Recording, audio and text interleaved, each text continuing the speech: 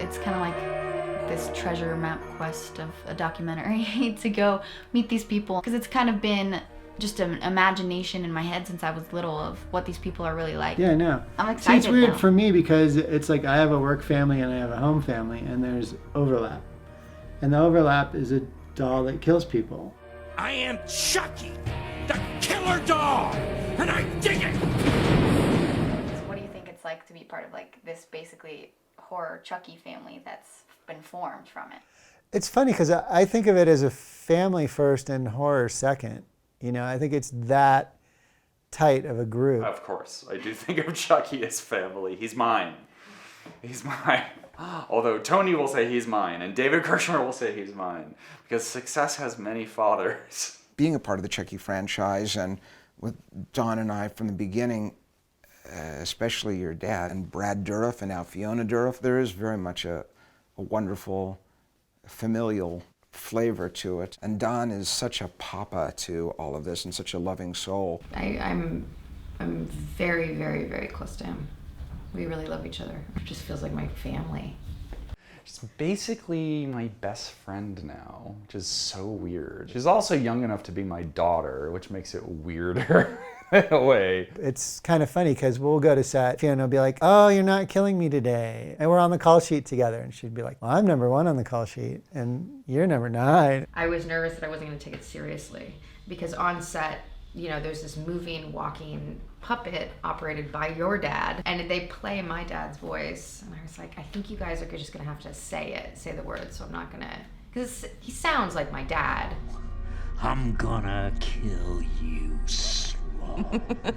Working with Brad is awesome. Like I said, I was, a huge fan of his, even just starting as a kid, growing up. One Flew Over the Cuckoo's Nest. When we did Curse of Chucky, he was on set every day that Fiona was working, and he was there as like the proud dad. And we kind of bonded as parents, which is funny because then I go to work and I listen to his voice coming out of this doll while we're trying to stab Fiona.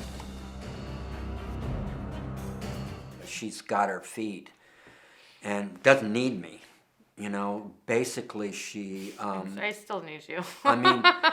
It touches me. I mean, as a father that has daughters, it touches me that Fiona is, she's truly the seed of Chucky. These movies are really close to my heart, actually, just because it really felt like a family. You work really long hours and it feels like camp. Chucky camp, as my wife and I call it. Given that the films are in Canada or Romania and they're never here, I definitely don't look forward to the time gone. People go to work and they come home and then they're home. But, when I came home it was very late. I had to get up early. Or you'd just be gone for... Or I would be gone for weeks or months. It doesn't bode well as far as, being able to do your job well and be a parent well at the same time. I was a father that until that point had been there for everything. So when I went away for Chucky, it was difficult. It was difficult for everybody. You're going somewhere where it's a different time zone, so you're not going to be able to be plugged in just on the most basic routine. There was no Skyping or anything else, so a lot of phone calls. It was hard. It's an interesting question. No one's ever asked me that. No one's ever cared. It really sucks when you're gone and it's your kid's birthday and you can't be there. And you're stuck,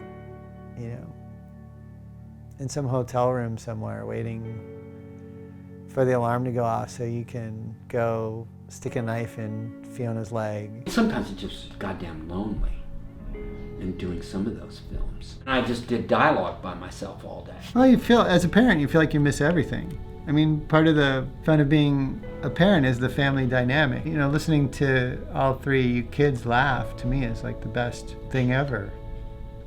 So you go away and you don't have that. My father and I are basically like best friends. He's kind of a rock. I can feel comfortable talking about anything with him. I admire him a lot. And as a 6, 7, 8-year-old, you'd have your other half, so to speak, leave on a plane for this movie. You kind of have like a little spark taken out of you. But I think it's just, phone calls and keeping in touch is the best.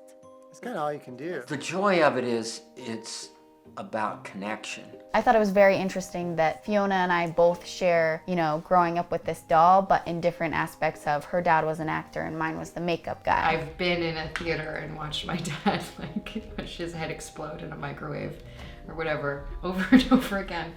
And I don't like it. And I still don't like to watch him die. My dad dies in one of the movies. That's right.